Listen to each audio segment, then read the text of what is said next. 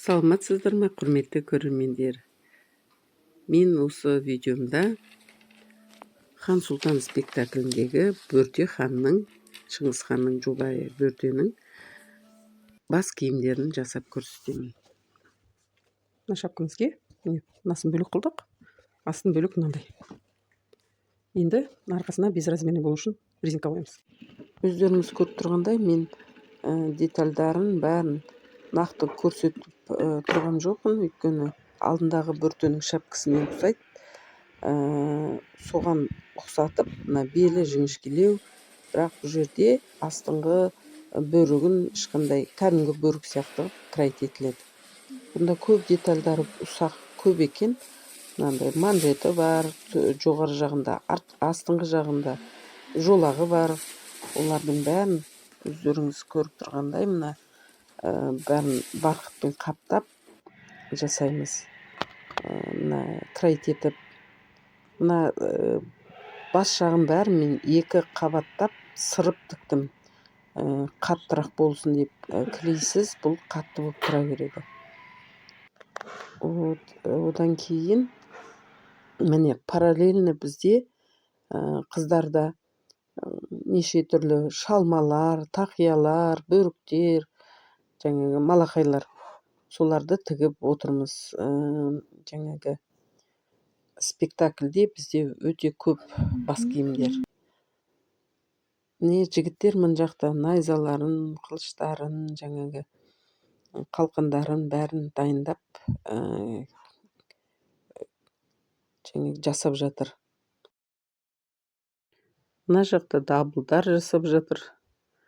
Өзі эскиз бойынша осындай.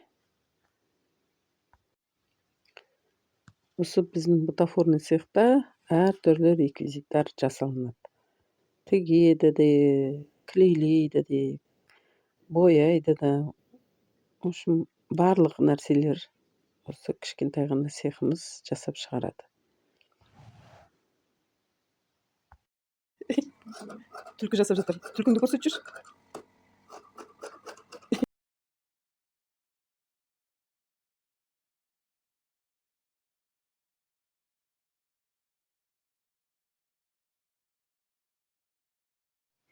Міне біздің Бөртеміздің бас киімі дайын болды.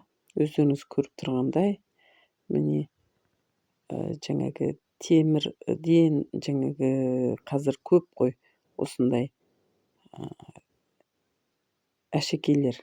Сонымен әсемдеп, әдемілеп, оны мен жасаған жоқпын, оны басқа ательелер жасады. Мен только формасын жасап бердім. Өздеріңіз көріп тұрғандай. Міне бас киіміміз біздің Қазақстанға еңбегі сіңірген артисіміз Даурбаева Гүлзатқа тура шақ келді. Тура өзіне Бөрте десе Бөрте болып тұр. Өте бай, керемет, әдемі жарасып тұр. Тағы басқа осы сияқты эскиз бойынша әртүрлі бөріктер, міне жай бөрікке ұқсамайды бұл. Артқа шалқайып, хан шатырға ұқсап тұрған. Осындай формалары, домалақ, эскиз бойынша қалай жасалынған, сол бойынша сырып тігілгені бар, жай сырмай тігілгендері бар.